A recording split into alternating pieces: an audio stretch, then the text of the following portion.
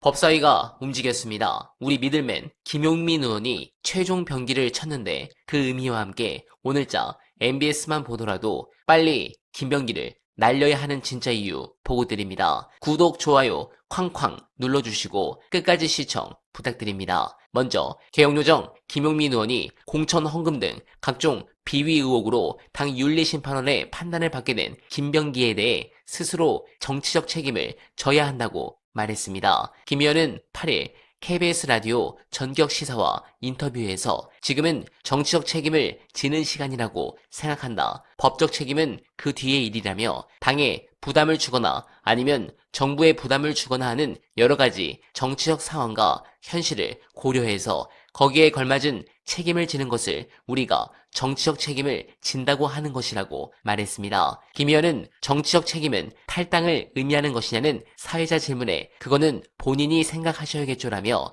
정치적 책임을 스스로 지느냐, 정치적 책임을 당 지도부가 물리느냐 문제인데 근본적으로 정치적 책임은 본인이 지는 게 맞는다고 생각한다. 물리는 방식으로 가는 것은 모두에게 바람직하지 않을 수 있기 때문이라고 말했습니다. 그러면서 이번 기회에 공천 헌금 의혹을 국민께 낱낱이 보고하고 털고 가야 한다. 절연하고 가야 한다고 말했습니다. 네, 지지층의 큰 사랑을 받는 김용민 의원이 이렇게 말했다는 것은 의미가 큽니다. 관련해 민주당 내부 문제에 대해 쇼츠에서 큰 화제가 된 분석 끝까지 봐주시고 여러분들의 생각 댓글로 부탁드립니다.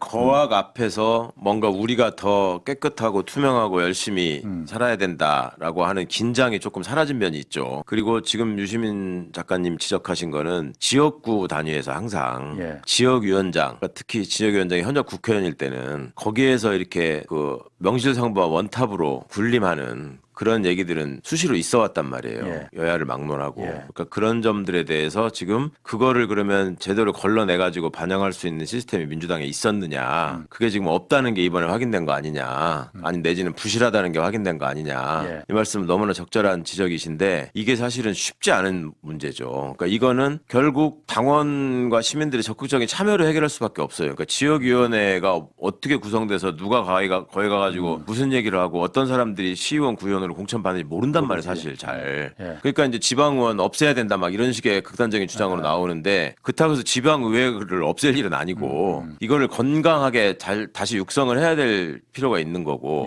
그다음에 그전부터 얘기되었던 지역위원장한테 잘 보이면 거기서 말하자면 공천 받아가지고 그 소형주로서 또 구의원, 시의원으로서 뭔가 이렇게 행세할 수 있다. 이런 생각이 뿌리부터 없어지게 하는 제도가 만들어져야죠. 이번 일이 그냥 보통 일이 아니고 집권당의 원내대표에게 제기된 지금 여러 가지 법적 도덕적 문제란 말입니다. 이건 굉장히 큰 문제고 김병기 의원이 뭐 제명되더라도 탈당하지 않겠다라는 말은 이제 당에 대한 어떤 충심이나 의리를 말씀하신 걸로 좋게 이해가 되지만 그렇다 해서 이게 다 사실로 밝혀지면 이분이 정치를 더 이상 할 수 없는 상황 아니에요 지금. 그런 거를 용납하지도 않을 거란 말이에요 시민들이. 그렇지만 최대한 이 과정에서 진실대로 드러내는 것도 중요하고 그간에 어떤 부분에서 시행착오가 있었는지를 솔직하게 토로하고 본인들이 해야 된다. 그러니까 저는 지역구원을 안 해봐서 모르겠는데 지역구 의원들 사이에서는 비례의원들은 모르는 그들만의 어떤 눈빛 교환이나 얘기가 있다는 거를 좀 이렇게 간접적으로 느꼈었거든. 그러니까 지방의회 선거가 총선 있고 나서 2년 후에 있잖아요. 항상. 그럼 21대 때도 보면 그때 초선으로 된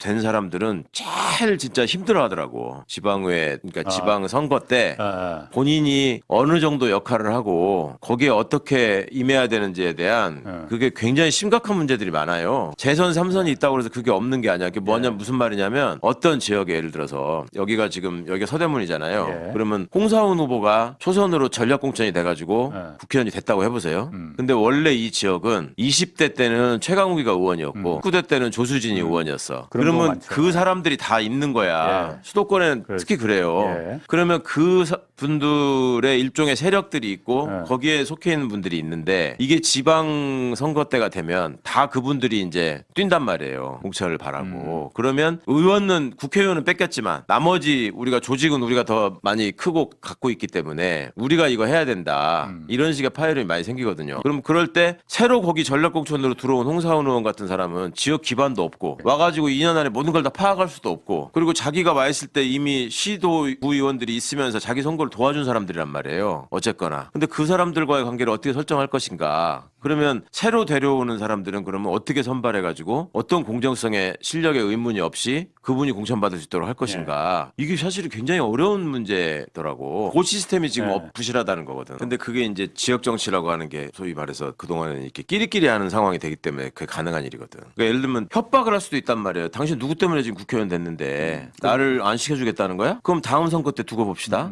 내가 다음에 최강욱이하고 홍상훈하고 경선 붙었을 때 최강욱한테 붙으면 당신 이길 수 있을 것 같아. 이렇게 나오면 불안하다고. 사람이니까. 그리고 또 반대로 이도저도 아닌데 와가지고 막 무조건 달라붙어가지고 막 몸종처럼 따라다니면서 친근감을 형성해가지고 나를 시켜주세요. 이런 사람도 있을 수 있고 돈을 가져오는 사람도 있을 수 있고 뭐 여러 가지 사람이 있을 거 아니에요. 아까 그리고 지금 이거 보면은 김병기도 마찬가지로 강선우도 그렇고 보좌관들이 그러니까 그 폭로하는 부분이 많잖아요. 이거를 아예 이제 딱 뭐 어떤 의도를 가지고 그래 내가 당신한테 채용돼서 월급 받을 때까지는 내가 납작 엎드리지만 되고 나서 네가 나를 함부로 못 자르게 나도 뭔가를 가지고 있어야 된다. 약점 잡고 네가 네 마음대로 할 수 있나 보자. 이런 식으로 예를 들어 된다면 그리고 또 보좌진들 사이에 전설적으로 내려오는 그 의원들의 갑질이라는 게 있거든요. 그 이혜훈 의원이 이제 이게 하나씩 드러나가지고 후보자가 하고 있지만 그리고 자기들끼리도 익명으로 그러잖아요. 지금의 이거를 직장으로 생각하는 보좌진들 입장에서는 내가 살 수 있는 뭔가를 내가 갖고 있어야 된다라는 이런 게 좀 있는 것 같아요. 네, 공감합니다. 이건 심각하게 봐야 합니다. 이건 다가올 지방선거에서 여권의 대형 악재가 아니라 재앙이 될 수 있습니다. 왜냐? 이건 민주당의 정체성을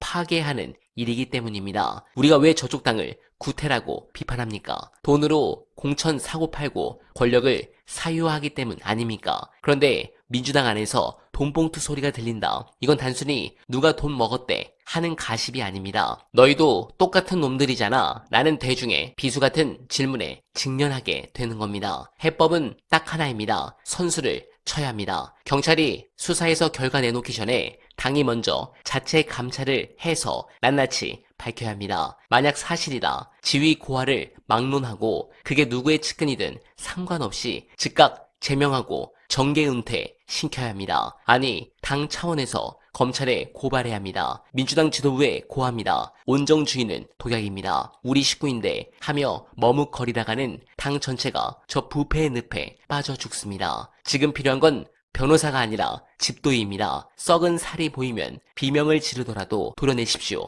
그 자세를 보여주는 것만이 국민들에게 그래도 민주당은 자정 능력이 있구나 라는 믿음을 줄 유일한 길입니다. 여러분들은 어떻게 생각하십니까? 소중한 의견 댓글로 많이 부탁드리며 어나바는 오늘도 최선을 다하겠습니다. 여러분 고맙습니다.